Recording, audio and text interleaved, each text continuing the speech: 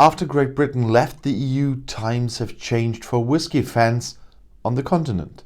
It was previously quite easy to buy whiskey in the UK and have it shipped to you, but the situation is currently rather unpleasant.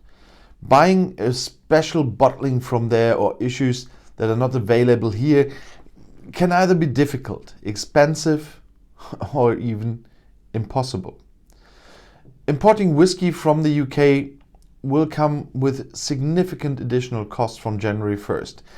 You have to pay tax on the value of the goods, including the shipping costs, although only from a certain free value which is already exceeded, usually with a bottle of single malt.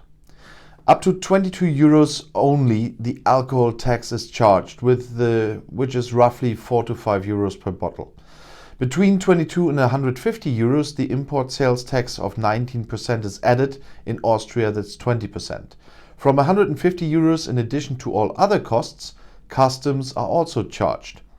The good news is the British retailer should deduct the British alcohol tax and VAT from the sales price, which should at least offset the import sales tax and should not make purchases up to 150 euros per se more expensive.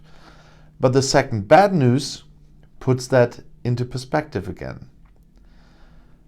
The first bad news is, unfortunately, it's completely different with auctions. For the legislator, this is a private business, therefore full import sales tax without offsetting the VAT. The second bad news is customs formalities may also be subject to a charge, and delivery services such as DHL can also ask for payment for the additional effort and the advance of the money, which then makes purchases under 150 euros again quite expensive. No matter how you twist it, shopping in the UK is getting more complicated and sometimes considerably more expensive. If you haven't completely lost the desire to shop in the UK, you have to be prepared for different situations with the various sources.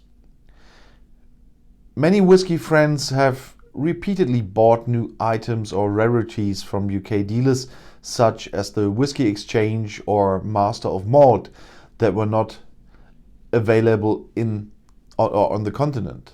The prices were just above the prices in Germany until before Brexit, plus shipping of course. At the moment, as of the beginning of February, one can generally say that no large retailer currently delivers to the EU.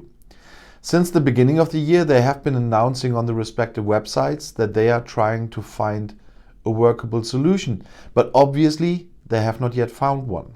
With small traders, it may be possible to find someone who is shipping to the EU at this point in time. Before ordering, I definitely advise you to contact the shop and clarify the exact formalities. It is very different in these cases. Glengoyne, for example, has meanwhile stopped shipping to the EU. The Wolfburn shop is completely unaffected by Brexit. At Brauchladdig, they add 10.5 pounds to the order and point out that additional customs fees may apply for orders over 150 pounds. Here too, it's currently advisable to contact the retailers before ordering. According to information on whiskeyauctioneer.com, auctions are currently the most difficult topic because this is seen as a private business, as I said, and no VAT can be offset. This means that the costs quickly become enormous. You want a small example there? One knows about a shipment after winning an online auction in Scotland. The value of the goods is £339. In addition, there are shipping costs of £29, which the auction house adds. The customs takes another 190 euros import tax, the shipping company 65 euros for handling and processing, and this turned a goods of value of 385 euros after shipping, tax and handling into a total of 683 euros. So if you're bidding at auctions, consider the considerable additional cost in your bid so that it doesn't get that expensive and serious as a surprise. Regardless of whether you buy a whiskey for 70 or 700 euros, if you are currently buying in the UK and have the whiskey shipped to you, it will definitely be more expensive than you are used to. With purchases of 150 euros or more, it becomes significantly more expensive, and at auctions you should think very carefully about the sums you want to bid so that the possible knockdown does not turn into a slap in your face. And there's a rule for that. What can you get in your home country is almost certainly cheaper overall. It remains uncertain whether this unpleasant situation for whiskey buyers will improve again in the near future, although unlikely.